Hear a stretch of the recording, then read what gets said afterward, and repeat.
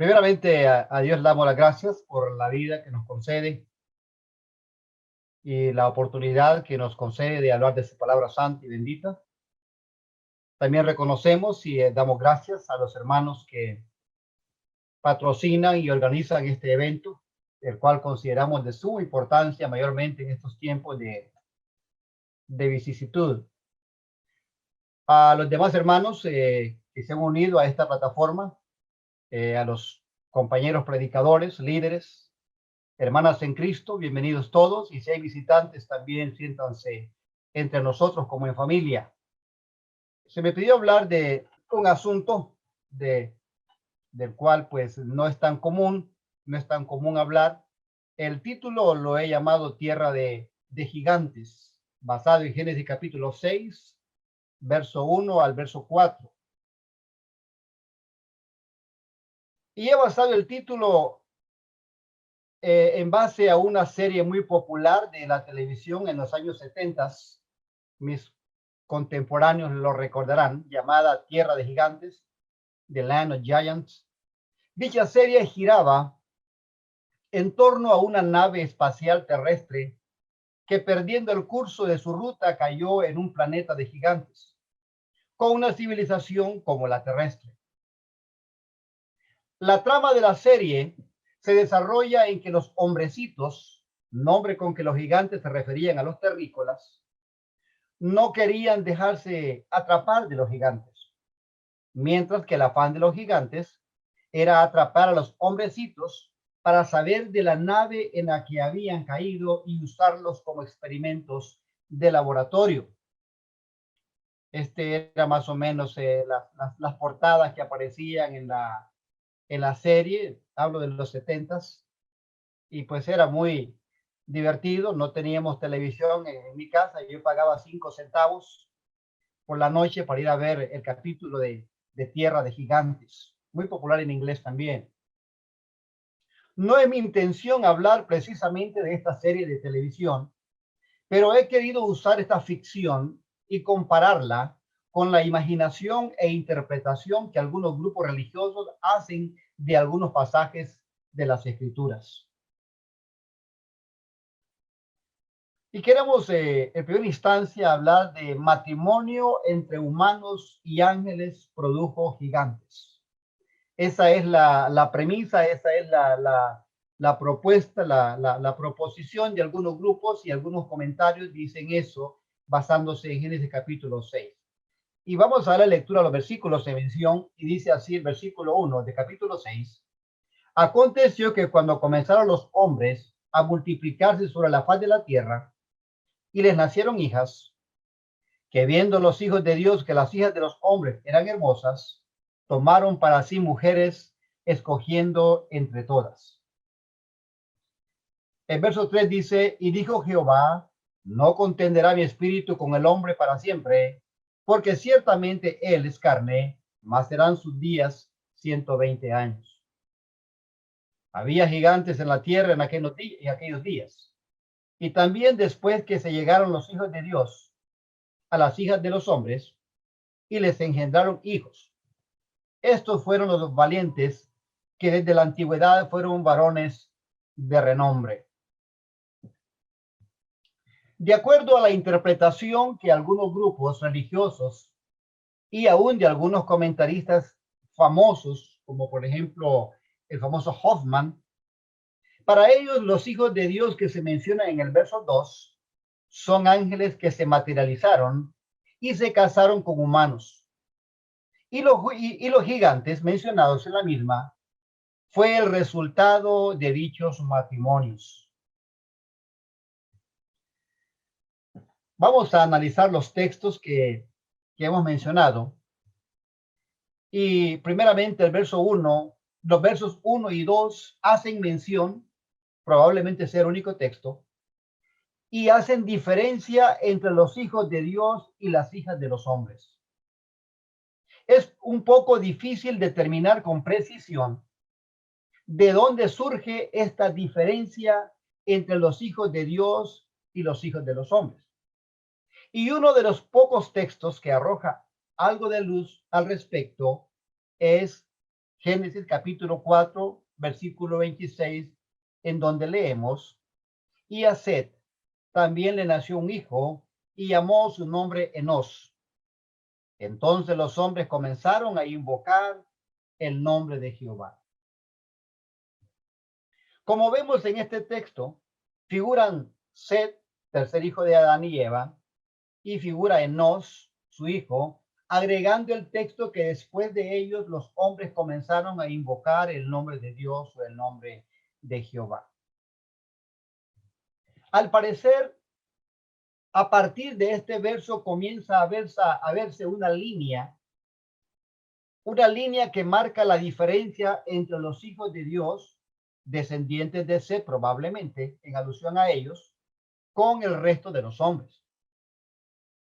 La brecha se ve de aquí en adelante y en muchos pasajes posteriores vemos entonces la diferencia entre hijos de Dios e hijos de hombres. En el verso 3 parece indicar el desagrado de Dios por la relación entre sus hijos y los hijos de los hombres, poniendo un límite a la existencia humana, Por otro lado, hemos de mencionar que Dios había sufrido dos grandes decepciones. Primero, Eva había permitido la entrada del pecado en la creación de Dios. Y en segundo lugar, Caín había cometido el primer homicidio o fratricidio. Entonces es probable que la expresión de que dice el versículo 3, que dijo Jehová Dios, no contenderá mi espíritu con el hombre para siempre, es probable que tenga su raíz en estos hechos desagradables, ya que todo lo que Dios había creado era bueno.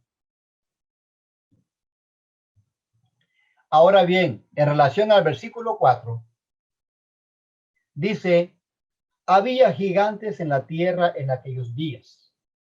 Y también después que se llegaron los hijos de Dios a las hijas de los hombres y les engendraron hijos, estos fueron los valientes que desde la antigüedad fueron varones de renombre. Lo que el verso 4 dice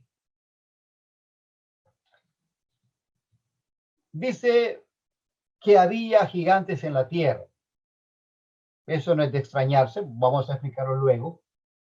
El verso 4 dice que los hijos de Dios se llegaron a las hijas de los hombres. El verso 3 dice que les engendraron hijos. El mismo verso dice que estos fueron los valientes que desde la antigüedad fueron varones de renombre. Ahora bien, vamos a ver lo que el verso no dice. El verso 4 no dice que los hijos de Dios se refiera a ángeles en ninguna parte, ni textual ni inferida. El verso 4 no dice que los gigantes hayan sido el resultado de la unión de entre los hijos de Dios y las hijas de los hombres. El verso 4 no dice que los valientes y los gigantes se refiera a los mismos personajes. Quienes aseveran tal propuesta lo infieren, lo imaginan, lo meten de una manera irresponsable, porque el versículo no es responsable de estas aseveraciones. Ahora bien, aquellos que promulgan la idea de que los hijos de Dios se casaron, o los ángeles se casaron con las hijas de los hombres, dicen que dichos ángeles sufrieron un castigo. Y para ello usan Judas capítulo 1, verso 6, en donde leemos, y a los ángeles que no guardaron su dignidad, sino que abandonaron su propia morada, los ha guardado bajo oscuridad en prisiones eternas para el juicio del gran día. Como vemos, sacando de contexto el verso anterior, los falsos maestros tratan de darle algún sentido a su fábula. aseverando que estos ángeles son los mencionados en Génesis capítulo 4, verso 1 al 6, siendo castigados por la acción cometida. Bueno, esto no es algo de extrañarnos, hermanos y amigos, puesto que así funciona la argumentación de los grupos sectarios. Agarran textos por aquí, agarran textos por allá, haciendo caso omiso de las reglas de interpretación y van tejiendo una telaraña hasta que forman una fábula y la presentan a las personas. Por supuesto que si las personas ignoran la forma de interpretar las palabras de Dios, la Biblia, entonces tales ideas son aceptadas. Los que nunca han hablado con un testigo, cuando lo hagan, pregúntele usted a ellos de dónde sacan la idea, por ejemplo, que viviremos en la tierra para siempre. Pregúntele a ellos cómo es el caso que los humanos van a jugar con los leones, van a jugar con los tigres. Pregúntenles a ellos y se van a dar cuenta cómo de forma tan artificiosa tejen esas creencias, tejen esas fábulas y pareciera cierto.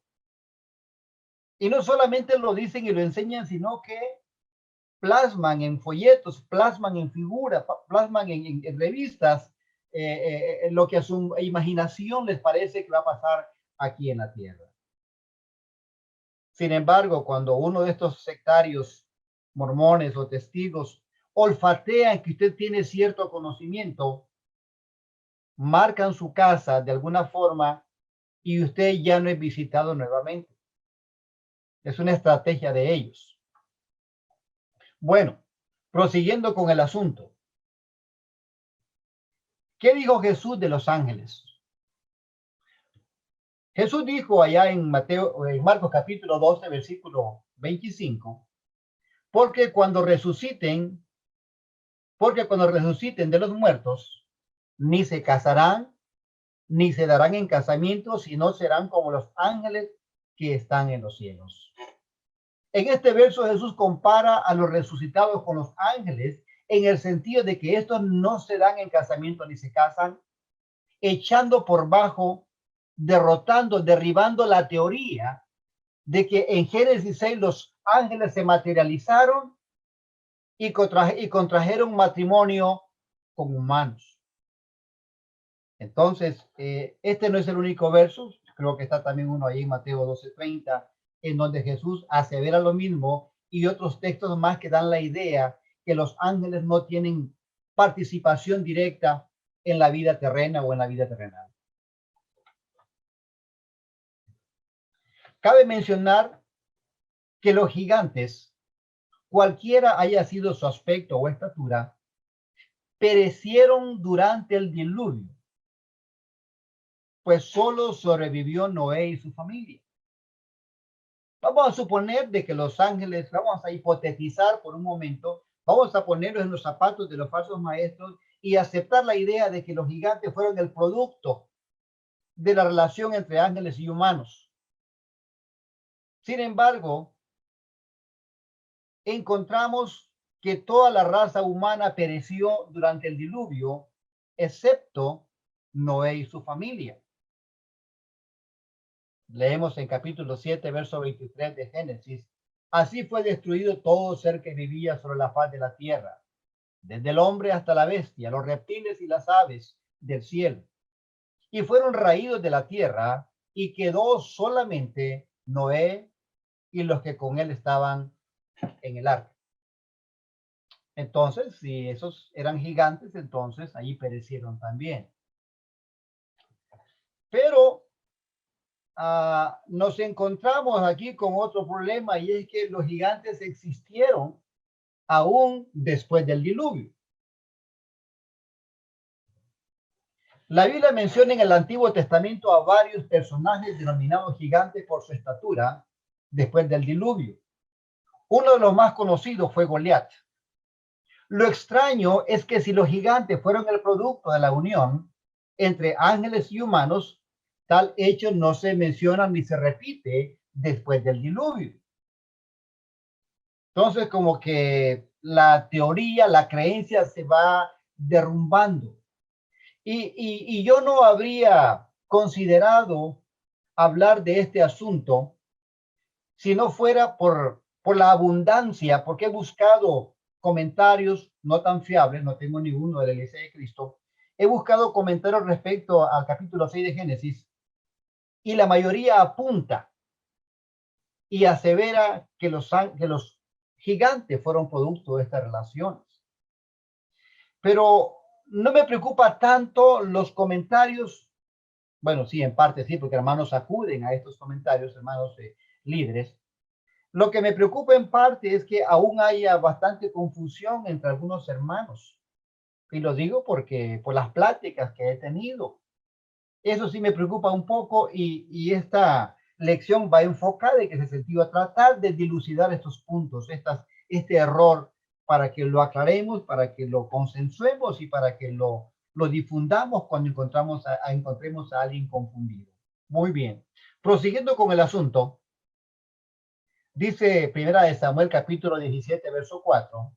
Salió entonces del campamento de los filisteos un paladín, el cual se llamaba Goliat de Gat. Gat era una ciudad de Filistea, y tenía de altura 6 codos y un palmo.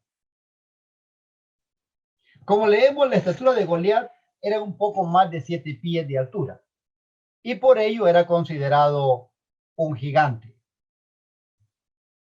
Es interesante también mencionar que Goliat tenía un hermano con características similares a las suyas. Leemos allá en Primera de Crónicas, capítulo 20, en el verso 5. Volvió a levantarse guerra contra los filisteos, y Elanán, hijo de Jair, mató a Lami, hermano de Goliat Eteo. El asta de cuya lanza era como un rodillo de telar. No tengo una idea exacta de un rodillo de telar, pero era un artefacto que hacían para tejer, que era de un tamaño sumamente considerable. Y si tomamos en cuenta que la lanza era mayormente metálica, era un arma, una herramienta pesada y extremadamente difícil de cargar para un humano común y corriente. Sin embargo, siendo Goliat de un hombre de casi 7 pies de altura, lo más seguro que no le era muy difícil manejarla. Allá en Deuteronomio capítulo 3, versículo 11, aparece otro personaje considerado gigante y era el rey de Basán, porque únicamente Og, rey de Basán, había quedado del resto de los gigantes. Su cama, una cama de hierro, no está en Rabá de los hijos de Amón. La longitud de ella es de 9 codos, es casi como 3 metros. La longitud de ella era de 9 codos y su anchura de 4 codos, cerca de 2 metros, según el codo de un hombre. Para los que ya lo saben, pues un codo es aproximadamente 45 centímetros. Y en segunda de Samuel, capítulo 21, en el verso 16, leemos, Isbi Benob, uno de los descendientes de los gigantes, cuya lanza pesaba 300 ciclos de bronce, y quien estaba ceñido con una espada nueva, trató de matar a David. Podemos seguir mencionando, este hombre se llamaba Isbi Benob. Podemos seguir mencionando nombres de otros gigantes que existieron después del diluvio, pero en ninguno de ellos hay mención en la Biblia que se hayan originado por la unión ángeles humanos.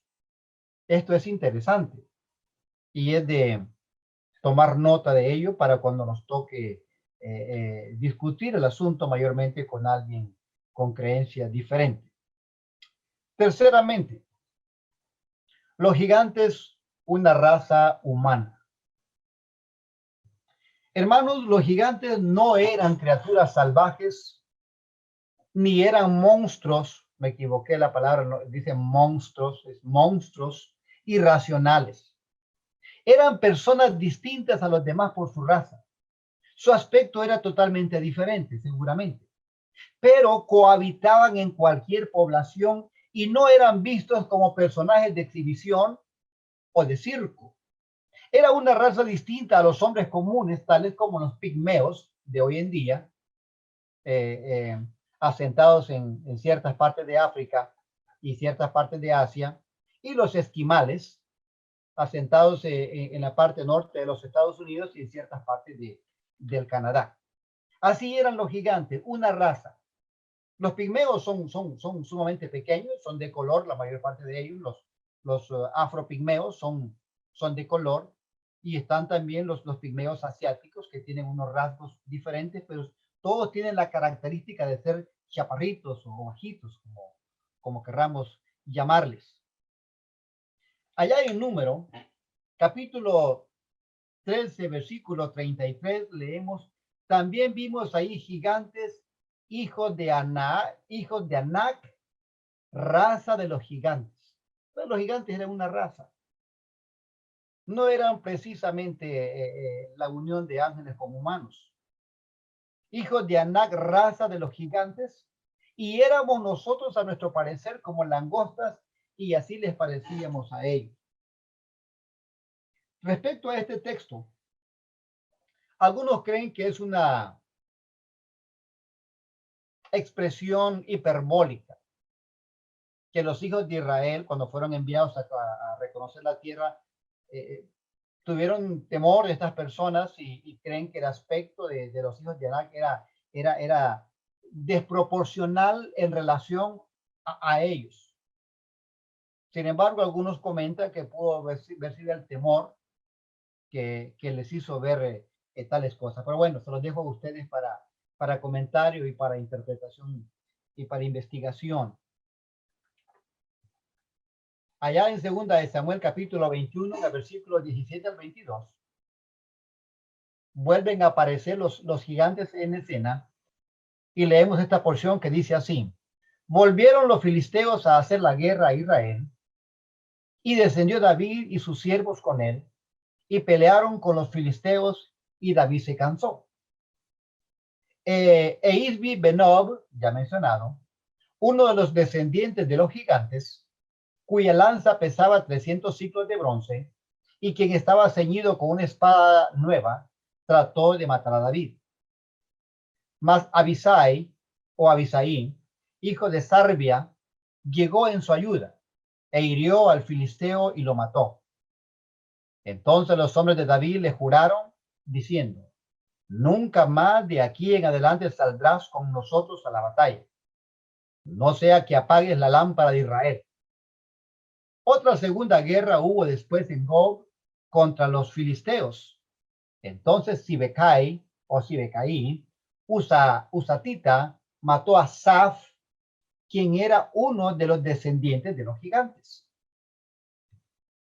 Hubo otra vez guerra en Gog contra los filisteos, en la cual Elanán, hijo de Jaré, Orejim de Belén, mató a Goliat Geteo, el asta de cuya lanza era como el rodillo de un telar. Me llamó poderosamente la atención de encontrar a Goliat aquí nuevamente. No tuve el tiempo de investigar si es el mismo Goliat, pero quiero pensar que es otro, porque quien lo mató fue Elanán, hijo de Jaré. Orejim de Belén, o quizás originario de Belén, mató a Goliat Geteo, el asta de cuya lanza era como el rodillo de un telar.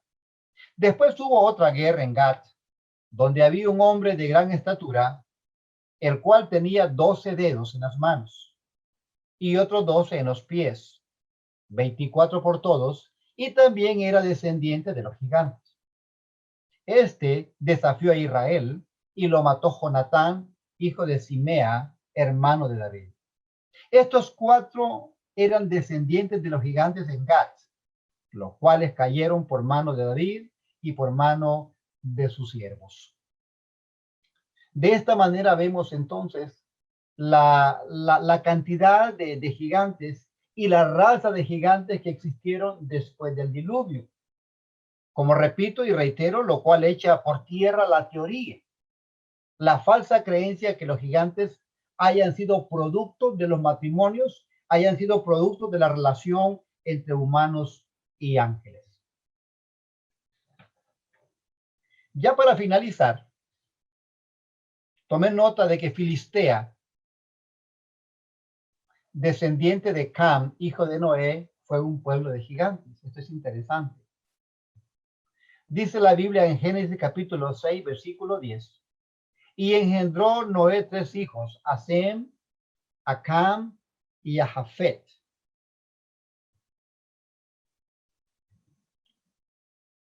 Pongan la atención al nombre de Cam. Y dice ahí en Génesis capítulo 10, en el verso 6, los hijos de Cam, Cus, Misraim, Fut y Canaán. Misraim engendró a Ludim y a Namín, a Leabim, a Naftuim, a Pastrusim, la familia suya pastrana, se llama Pastrusim, a Calsuim, de donde salieron los filisteos, y a Caftorim. Entonces, Cam fue el conquistador o el originador de Filistea. Y Filistea fue cuna, o una de las cunas, habían 3 cunas, estaba también Hebrón y estaba otro pueblito por ahí que también era característico de poseer gigantes.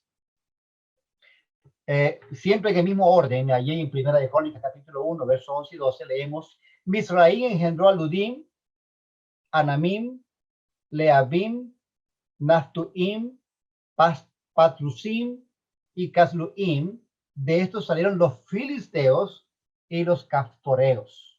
Recuerden, no pierdan de vista que los gigantes tenían mayormente su sede ahí en Gad, que pertenecía a Filistea. Pero Estados Unidos no se queda atrás. Robert Pershing Wallow fue considerado gigante por su estatura. Este hombre nació el 22 de febrero de 1918 en la ciudad de Alton, Illinois. Su estatura era de 8 pies, 11.1 pulgadas. En la foto que aparece en el extremo derecho, el hombre que lo acompaña es su padre. Y como ven, le duplica en estatura. En resumen, deseo recapitular algunos de los puntos relevantes de este corto estudio. Primero, el supuesto matrimonio entre los hijos de Dios, los ángeles, y las hijas de los hombres. Segundo, la destrucción de todo ser viviente, incluyendo los gigantes, excepto Noé y su familia. Tercero, la existencia de gigantes en la era post-diluviana. Cuarto, los gigantes fueron una raza humana. Y por último, Cam, hijo de Noé, probable padre de la raza de los gigantes. Dios les bendiga por su tiempo y por su paciencia, y quedamos en manos de los moderadores.